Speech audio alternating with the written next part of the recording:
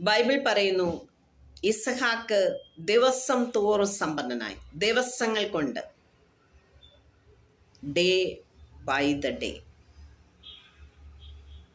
സാലറിയുടെ ആൾക്കാർ പറയും, അയ്യോ നെക്സ്റ്റ് മന്ത് ഇത്ര കിട്ടുമെന്ന് ഞാൻ പ്രതീക്ഷിച്ചു, എൻ്റെ സാലറി ഇൻക്രീസ് ചെയ്യുമെന്ന് വിചാരിക്കുക, അതുകൊണ്ട് മന്ത്ലി എൻ്റെ പ്രഡിക്ഷൻ ആകട്ടോ, നമ്മുടെ വിചാരം, നമ്മൾ കണക്ക് കൂട്ടി മന്ത്ലി നമുക്ക് കുറച്ചുണ്ടാക്കാം, സമ്പത്തുണ്ടാക്കാം.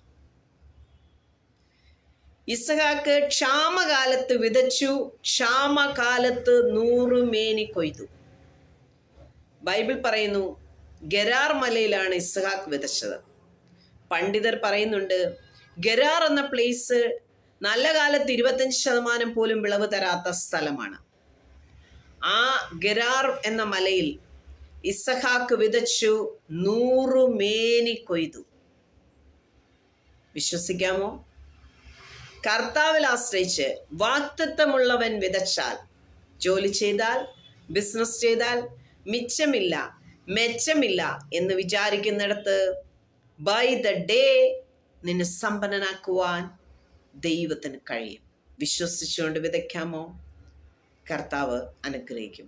നമുക്കറിയാം, അഹരോന്റെ വടി ഒരു രാത്രി കൊണ്ട് തളിർത്ത് പൂത്ത് ബദാംബലം കായ്ച്ചുവെന്ന് ദൈവവചനത്തിൽ വായിക്കുന്നു.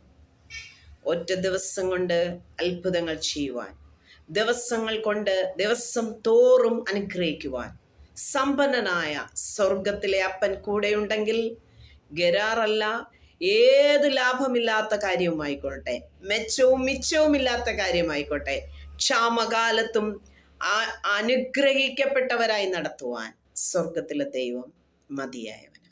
ആമേൻ.